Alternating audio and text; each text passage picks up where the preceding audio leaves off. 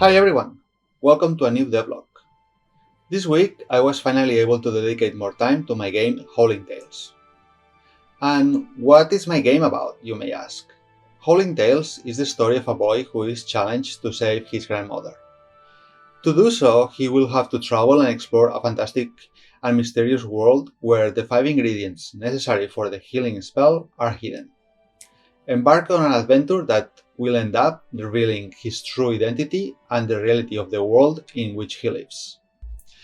A mixture of adventure game and RPG inspired by games such as Last of Us.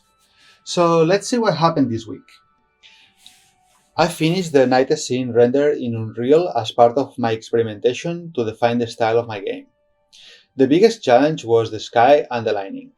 For the sky, I ended up making a sky sphere using a custom texture in Photoshop, and the clouds were made in Blender as 3D models. I'm using 3D models by the moment because I feel I have more control and I like better how the light of the sun interacts with them. There was a lot of trial and error until I found the right mode. Not that it is 100% as I would like, but thanks to this, I think I have found a good workflow that will allow me to improve the style and aesthetics of the game in the future. On the other hand, I started with the quest system. I implemented a system that works very well and is flexible enough to have different types of quests. Here you can see an example where the quest is to reach two different destinations. The advantage of this system, apart from the flexibility with the different types of quests, is that you can decide if the order is required or not. I follow the tutorials of Raid's channel, which were very helpful. I leave the link to his channel in the description. He has a lot of tutorials and explains in a very clear and direct way, so I highly recommend it. The current system gives you all the quests by default, so the next step is to modify the system and implement the dialogue system. Then integrate the two together so NPCs can give quests. In the design part, I started to work on the logo of the game.